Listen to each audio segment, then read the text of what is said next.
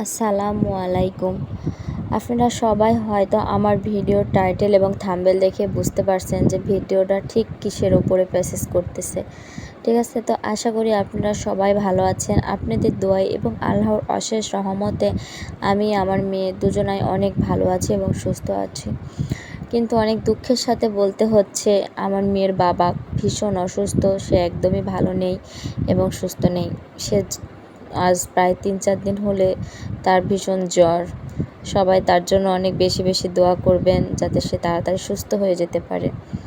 তো জ্বরের জন্য সে বাসায় আসছে, সে কিন্তু আমার এখানে থাকে না। ঠিক আছে, তো আসছে, তো কোনো খাবারই সে ঠিকমতো খেতে পাচ্ছে না। প্রত্যেকটা খাবারই জানি মুখে দিলে বলতেছে তিতা লাগতেছে, তিতা লাগতেছে, এটা ওইটা।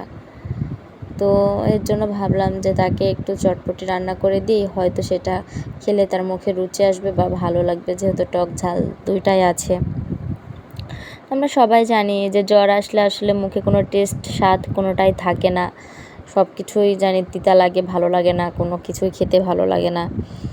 আর আমি কেমন জানি যে আমার হাজব্যান্ডকে বা আমার বাচ্চাকে রান্নাবাড়া করে খাওয়াইতে আমার এটাতে কোনো অলসতা নেই।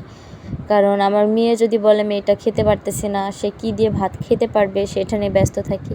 বা মেয়ের বাবাও যদি বলে যে আমার এটা ভালো লাগতেছে না, কোনটা ভালো লাগবে বাট কোনটা দিয়ে তারা রুচি সাব্যস্ত ভাত খেতে পারবে, এই বিষয়টা আমি একটু বেশি নজরদারি করি। ঠিক আছে, আর কোন মেয়ে না চায় যে নিজের হাতে রান্না করে স্বামী সন্তানকে খাওয়াইতে। হয়তো সব মেয়েরই এটাই চাওয়া যে নিজের হাতে রান্না করে তাদেরকে রুচিভাবে একটু খাওয়ান দিতে, সবাই হয়তো চায়। যাই হোক, আপনাদেরকে গল্পে গল্পে একটা কথা বলি যে আমি বেশ কিছুদিন আগে এইটার একটা ভিডিও করছিলাম, বলছিলাম হয়তো। তো আপনাদেরকে বলবো যে আমার ভিডিওতে মোটামুটি ভিউয়ার্স আসতেছে, কিন্তু আমার ভিডিওতে লাইক আসতেছে না। প্লিজ ভাই এবং বোনেরা, আপনারা যারা আমার ভিডিওটা দেখেন, ভিডিও তো আপনারা ঠিকই দেখেন, ওয়াচ টাইমে মোটামুটি রয়েছে, কিন্তু একটা প্লিজ লাইক করে দেবেন। তাতে কি হয়, আমি ভিডিও করার জন্য আরও আগ্রহী পাই, উৎসাহিত পাই। ঠিক আছে, না মনে হয় যে না আমার দর্শকের কাছে আমার ভিডিওটা ভালো লাগছে, বাট আমার ভিডিও আরও ভালো করতে হবে, বাট ভালোভাবে ভিডিও করা লাগবে।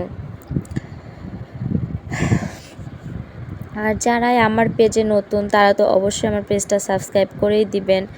আর যারা আমার পেজে নতুন না, যারা আমার ভিডিওটা দেখেন, তারা অবশ্যই দয়া করে আমার ভিডিওগুলা লাইক করে দেবেন। তো সবার জন্য আমার দোয়া রইল, এবং আমার মেয়ের এবং আমার মেয়ের বাবার জন্য সবাই দোয়া করবেন। ভিডিওটা এখানেই শেষ করছি। আল্লাহ হাফেজ।